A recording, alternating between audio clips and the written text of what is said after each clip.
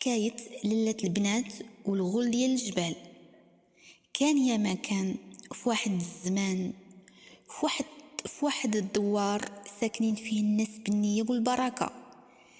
كانت ليلة البنات غزالة وغزالة الغزلان، بنت زوينة ما خلق الله بحالها، شعرها طويل بزاف وعينيها كحلين كي الغزالة،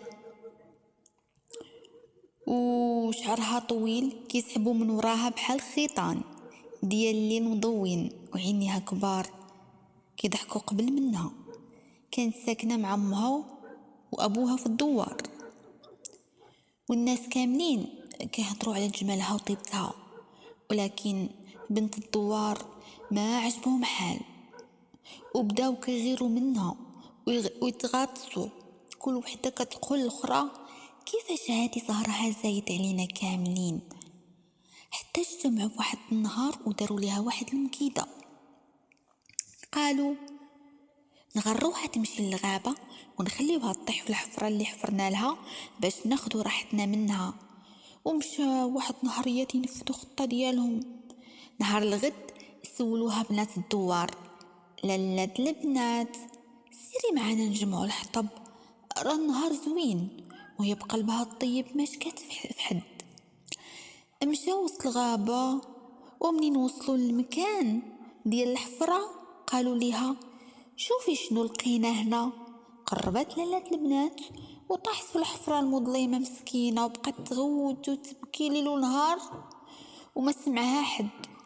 بنات الدوار جراو وهربوا عجبوهم الحال، وخلاوها وسط الغابة مسكينة في ديك الليلة كتبكي كتقول: اشهد لوعد يا سيدي ربي شنو درت ليهم، وانا نيتي زوينة ودائما كنتعامل. مسكينة بقات الليل كامل كتبكي. في داك النهار كان كيدوز غول الجبال البعيدة، غول كبير ساكن في قمم ما توصل ليها الرجل بشر، بيسمعها أذن النهار. سمع صوت البكا رقيق قريب من قلبه، ما سمع بحال هاد الصوت عمرو.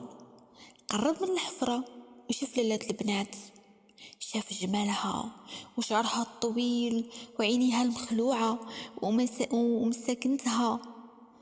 فتح قلبه وداها معاه القصر ديالو اللي كاين في الجبل، وحبسها باش تبقى ديما قدام عينيه. ونزيدكم هذاك الغول كان منين تيكون ناعس مغمض عينيه يعني راه هو فايق، ومنين كان تيكون ناعس وعينيه محلولين اذن راه هو ناعس. وهكا كان. وقالت ليه: عافاك رجعني لدارنا، لميمه وبا غادي يتقلقوا عليا.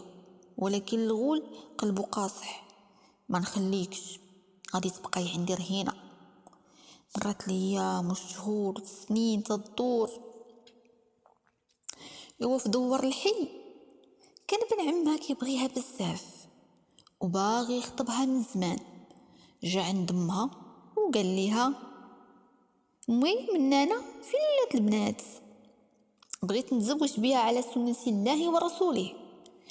ولكن الام ديالها اللي كانت مخلوعه ومجلوم عليه قالت بصوت متقطع: مات تا ولدي ليلة البنات، راحت ليلة البنات الله يرحمها.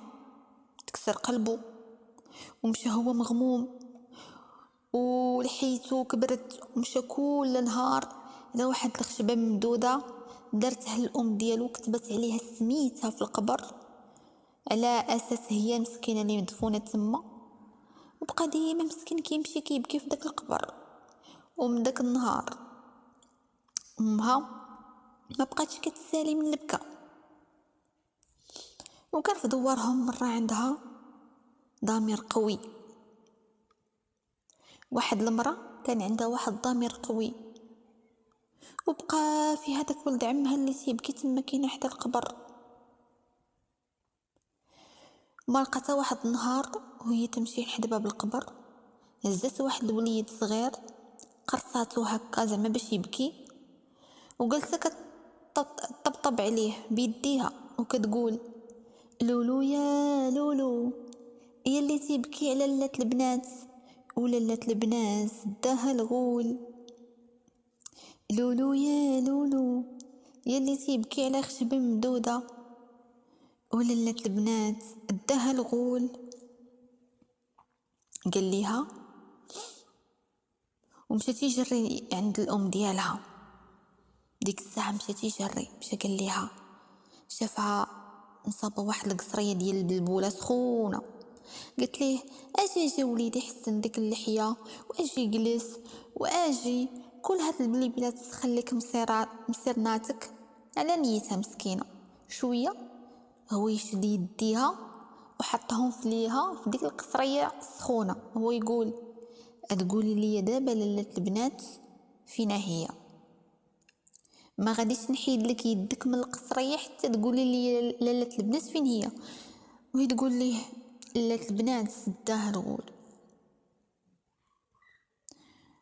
ومسكين مشى من بلاد لبلاد، هز العود ديالو بقى تيقلب من بلاد لبلاد لبلاد لبلاد حتى وصل للبلاصه اللي كاينه فيها ساكنه لالات البنات. كان غادي هو يتلقى واحد المراه في الطريق كبيره في العمر. قالت ليه: سمعني نوصيك وليدي، قبل ما تدخل لداك الجبل غادي تطلي راسك كلك بالحنه، وغادي تحني البقر والبقر وداك المهراز براسو اللي كدقيتي فيه الحنه براسو حنيه. ودار كل شيء الا المهراز ما حنوش كاع ما درش ليه الحنه. قال: راه دقيت فيه الحنه راه بحال حنيته، ما علينا. بقى تيقلب حتى وصل لوكر اللي مخبي فيه الغول لالات البنات. وصل هو قبل من الغول، كان ديك الساعه الغول خارج يقلب على راسو على ما ياكل. ودخل وشفتو لالات البنات وهي تخبي في واحد القبو عندها تما كينو وهي تخبيه. قالت لي: اش كدير هنا ولد عمي؟ قال لها: جيت نقلب عليك. قالت لي: بلاتي. قال ليها: يلا زيدي نهربوا. وهي تخاف. قالت لي: راشتي انا هنايا كلشي كيهضر مع الغول، البقر، المعيزات، المواعن، كلشي غادي يغوتوه، يشوفوني خرج يغوتوه يعيطوا الغول. قال لي: لا كوني هانيه، راه انا قبل ما ندخل راه حنيتهم كاملين، ما غاديش يبرقوا بيا، زعما درت لهم الحنه.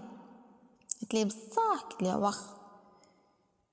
يوركب في العود ديالو وبقى تيجري الا المهراز. كما قلت لكم المهراز ما درش ليه الحنه، قال: راه فين الحنه؟ المهراز بقى تيدق تيقول: طن تررن طن تررن. لالات البنات هربات هي ولد عمها، تيغوت المهراز على جهده حتى سمعوا الغول. وجا الغول هو يجري ما لقاهش، هو يجري ما لقاهش. هربوا. ايوا واحد النهاريات الغول كان دايز منيس من داك الدوار اللي كان خف منه لالات البنات. ايوا يا لاله سمع الهضره وشعل فيه الغضب، زعما الهضره ديال صحاباتها اللي غدروا بيها وداروا لها ديك الحاله. هبط من الجبل بحال الريح، مشى للدار لالات البنات، شدها من يديها وقال ليها: سمحي لي يا لاله حيت ديت لك بنتك، وانا غادي ننتقم لكم كاع دوك البنات اللي داو لك بنتك. ايوا الغول ملي سمع الحقيقه تراجع وحس بالندم والغيظ على نفسه، قال: سمحي لي بزاف. رجع للجبل كيجري ولقى لالة البنات تحبسات ما بين الصخور وشعرها مفرش على الارض بحال الذهب وعينها مبلين من الدموع. حل القفص اللي محبوسه فيه وقال ليها: سيري لدارك بنت الناس، واللي داروا لك بنات اللي داروا لك بنات الدوار انا اللي غادي نخلصهم. رجعت لالات البنات حيت من داها ولد عمها رجع وتاني خطفها، عاد بقات فيه. ايوا يا لاله رجعت لالات البنات لدوارها وسط الدموع والفرحة. أمها حضناتها وكأنها رجعت من الموت. وأول واحد عرف بخبر الرجوع ديالها كان ولد عمها. جا وطلب عاوتاني يديها من الزواج، وقالت ليه امها هذه بنتك ماشي غير بنتي، وتزوجها وداروا عرس كبير حضروا الناس كاملين. والقول كيقولوا المؤرخين ديال الدوار انه من داك النهار ما بانش، يمكن حشم ويمكن تعلم شنو هو طيب القلب، ويمكن بقى كيشوف لالات البنات من بعيد ومرتاح لانها رجعت لاهلها. اما صحابات اللي غدروا بها انتقم منهم الغل ما قالها حتى واحد. وحده مرضات، وحده بقات تكبرات ما تزوجاتش، كل وحده وعندها شي حاجه علاش عايشه عليها. المهم انتقم منهم كاملين. اكيد الانتقام الكبير هو ديال الله سبحانه وتعالى. حنا في القصه ديالنا هي هذه، يعني هنا الخلاصه كتقول على ان الشر عمره ما كيغلب على الخير، ودائما الانسان المغير والمحساد دائما هو الخاسر. علاش الواحد ما يكونش طيب؟ علاش ما يكونش مزيان؟ ومولاها ربي دير الخير تلقاه، دير الشر تلقاه. وحكايتنا سالات، وصلوا على نبينا العدنان عليه الصلاة والسلام. السلام عليكم ورحمة الله تعالى وبركاته.